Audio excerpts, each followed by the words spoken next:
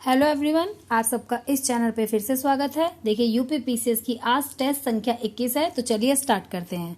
आज का हमारा पहला क्वेश्चन है दोस्तों, निम्नलिखित में से कौन सा संविधान प्रारूप समिति के सदस्य थे? आपको बताने हैं कौन कौन से थे हमारे दोस्तों। एन गोपाल स्वामी ये थे, जवाहरलाल नेहरू ये नहीं थे, अल्लादी कृष्ण स्वामी अय्यर ये भी थे और सरदार पटेल ये नहीं थे। तो इस कारण ऑप्शन नंबर सी हमारा सही जवाब होता है। दोस्तों जो ये हमारी प्रारूप समिति के इसके अध्यक्ष हमारे डॉक्टर भीमराव अंबेडकर थे और इसमें टोटल 7 सदस्य थे भीमराव अंबेडकर को मिला के। नेक्स्ट क्वेश्चन है दोस्तों, किसने कहा था कि संविधान सभा कांग्रेस थी और कांग्रेस भारत थी? बताइए किसने कहा था? ऑस्टिन ने, CR एटली ने, विंस्टन चर्चिल ने या लॉर्ड माउंटबेटन ने? तो दोस्तों इसका सही जवाब होगा हमारा ऑप्शन नंबर ए। ये ऑस्टिन ने कहा था कि संविधान सभा कांग्रेस थी और कांग्रेस ही भारत। नेक्स्ट है, भारतीय इतिहास के संदर्भ में प्रांतों से संविधान सभा के सदस्य कौन थे? बताइए, उन प्रांतों के लोगों द्वारा सीधे निर्वाचित हुए हैं? नहीं। भारतीय राष्ट्रीय कांग्रेस सब मुस्लिम लीग द्वारा नामित हुए थे? नहीं। प्रांतीय विधानसभाओं द्वारा निर्वाचित हुए थे? तो दोस्तों इसका यही एकदम सही जवाब होगा। और नेक्स्ट दिया है दोस्तों हमें, सरकार द्वारा संवैधानिक मामलों में उनकी विशेषज्ञता के लिए चुने गए थे? ये भी गलत है, तो इस कारण ऑप्शन नंबर इसका सही जवाब होगा। नेक्स्ट दिया है दोस्तों, नेटिव मैरिज एक्ट किस वर्ष पारित हुआ था? आपको बताना है नेटिव मैरिज एक्ट कब पारित हुआ था। दोस्तों इसका सही जवाब होगा हमारा 1872 में। नेटिव मैरिज एक्ट जो है वो 1872 में केशव चंद्र सेन के प्रयास से गवर्नर जनरल लॉर्ड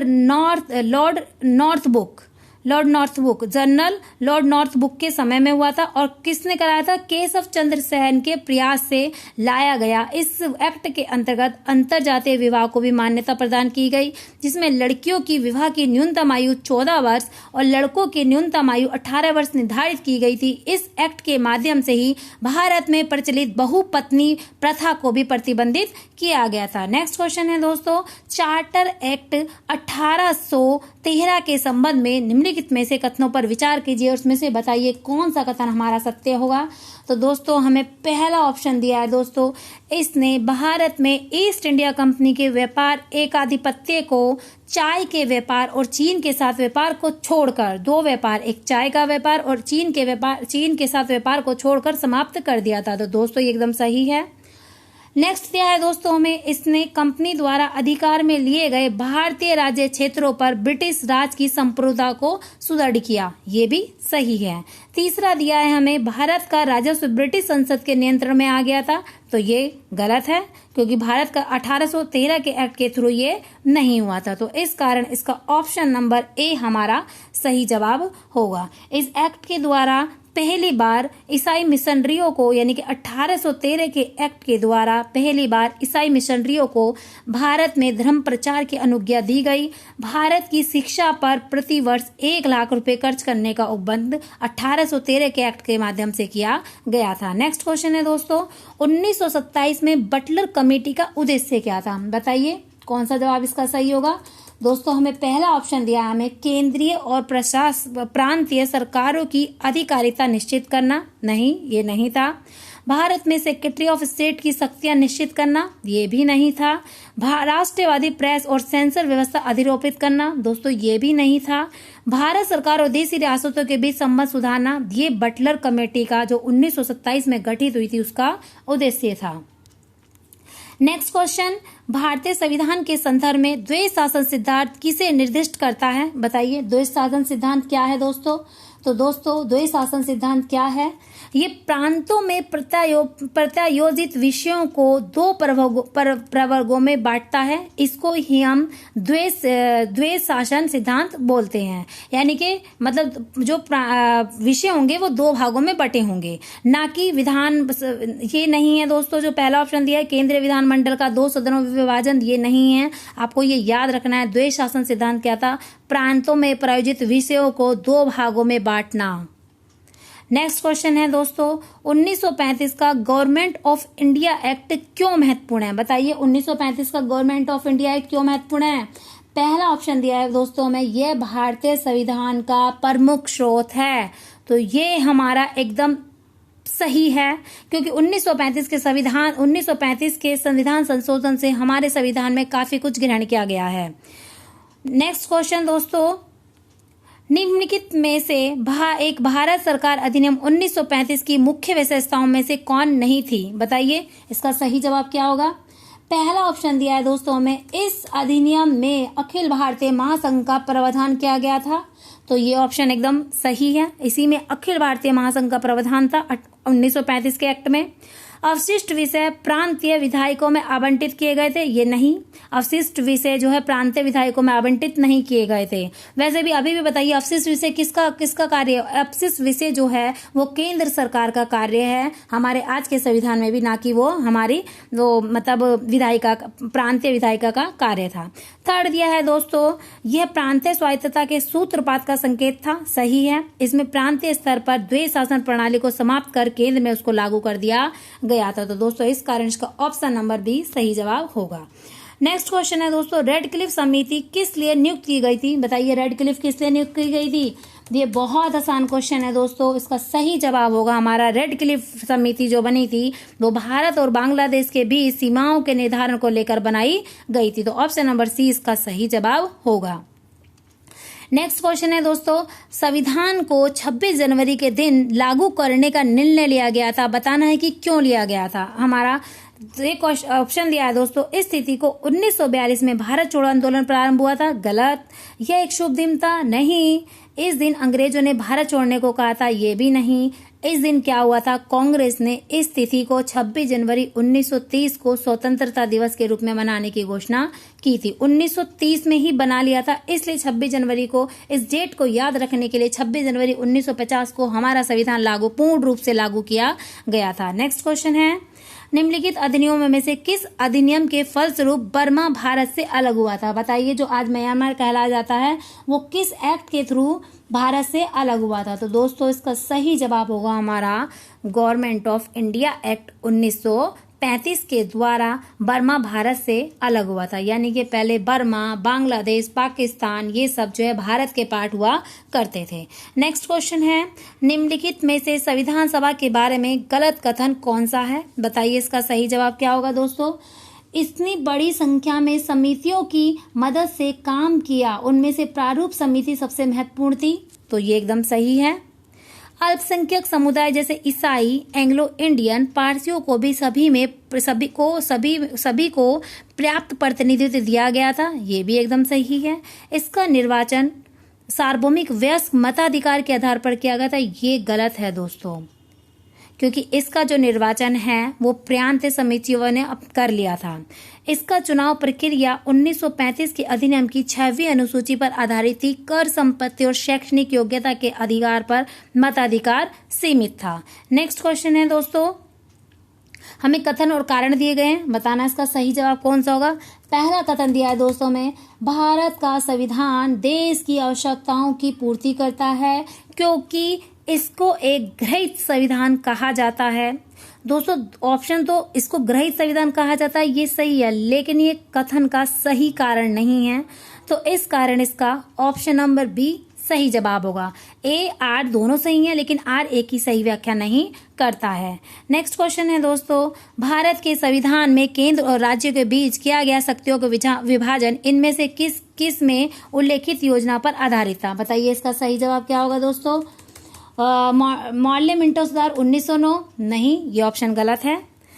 मॉन्टेगू चमसोड अधिनियम 1919, ये भी गलत है। और भारत सरकार अधिनियम 1935 इसका सही जवाब होगा, क्योंकि इसी के द्वारा जो है केंद्र और राज्यों के बीच शक्तियों का विभाजन कर दिया गया था। नेक्स्ट क्वेश्चन है दोस्तों, निम्नलिखित में से कौन से कथन संविधान सभा के विषय में नहीं है? बताइए इसमें कौन सा जवाब इसका सही होगा। यह पहला ऑप्शन दिया है दोस्तों हमें, यह वयस्क मताधिकार पर आधारित नहीं था, तो ये एकदम सत्य है। वयस्क मताधिकार पर आधारित नहीं था, ये एकदम सत्य है। यह प्रत्यक्ष निर्वाचन का परिणाम थी, क्या ये सत्य है दोस्तों?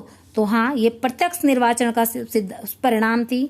यह बहुदलीय संविधान सभा के बारे में ये स्टेटमेंट है दोस्तों, आपको याद रखना है। ये बहुदलीय निकाय थी नहीं, उसने अनेक समितियों के माध्यम से कार्य किया था दोस्तों। चलिए, ये उन्होंने अनेक समितियों के माध्यम से कार्य किया था, ये एकदम सही है। और ये जो दिया है क्वेश्चन दोस्तों, ये जो क्वेश्चन दिया गया ये विषय में नहीं पूछा गया, और मैं जो बता रही हूँ वो विषय में बता रही हूँ, मैं आपको गलत बता रही हूँ।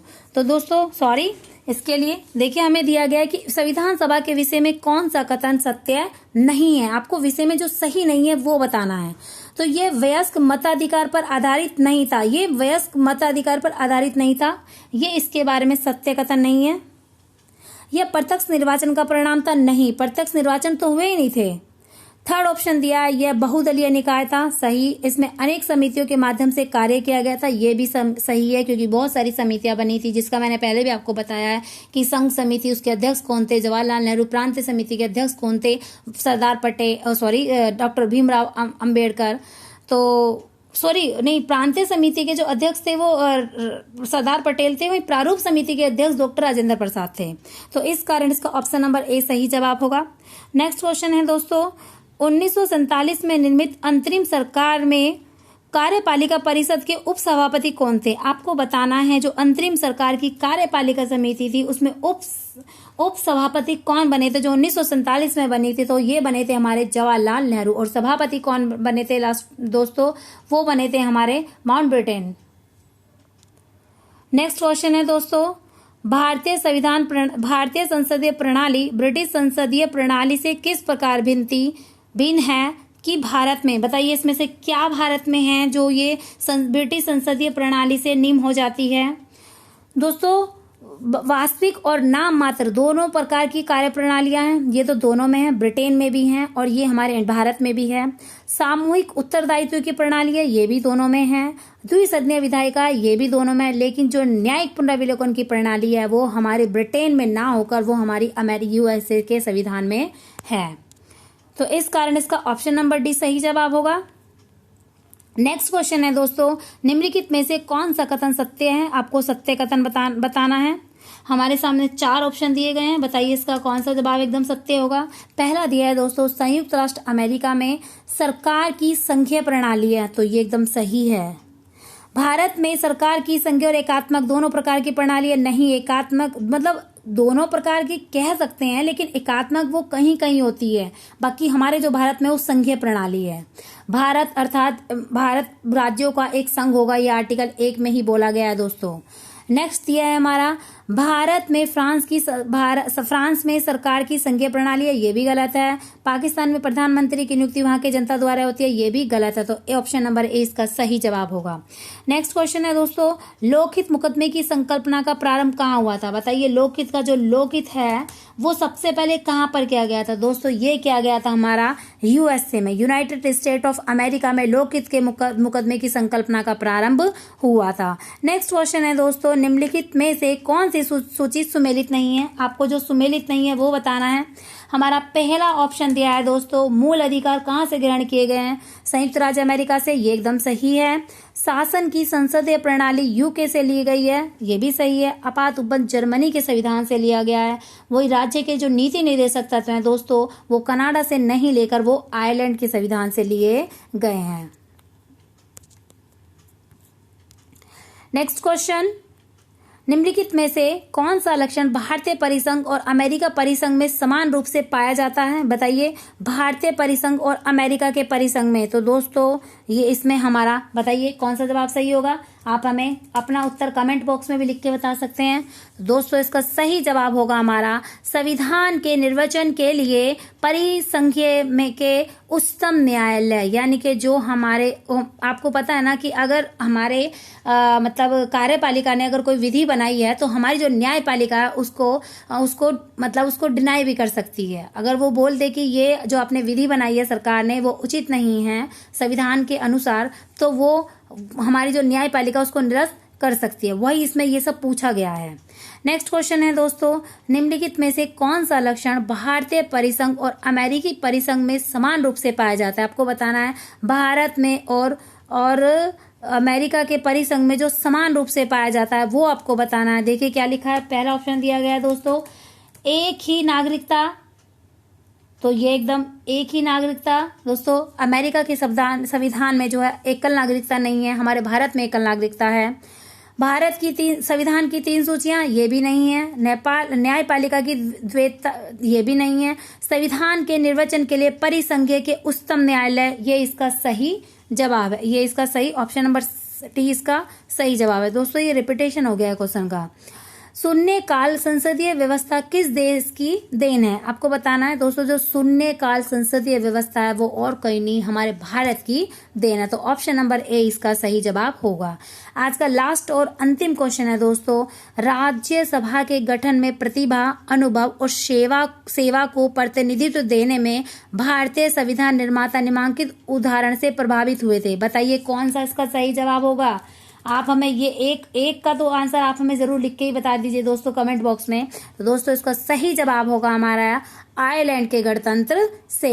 तो जो राज्यसभा में गठन में प्रतिभा, अनुभव और सेवा का जो प्रतिनिधित्व देने की भारतीय संविधान निर्माता ने उसको ग्रहण किया है, वो आयरलैंड के संविधान से ग्रहण किया है। तो दोस्तों आज के लिए इतना ही। अगर आपको वीडियो अच्छा लग रहा है तो प्लीज इसको लाइक कीजिए, वीडियो को शेयर कीजिए और चैनल को सब्सक्राइब कीजिए।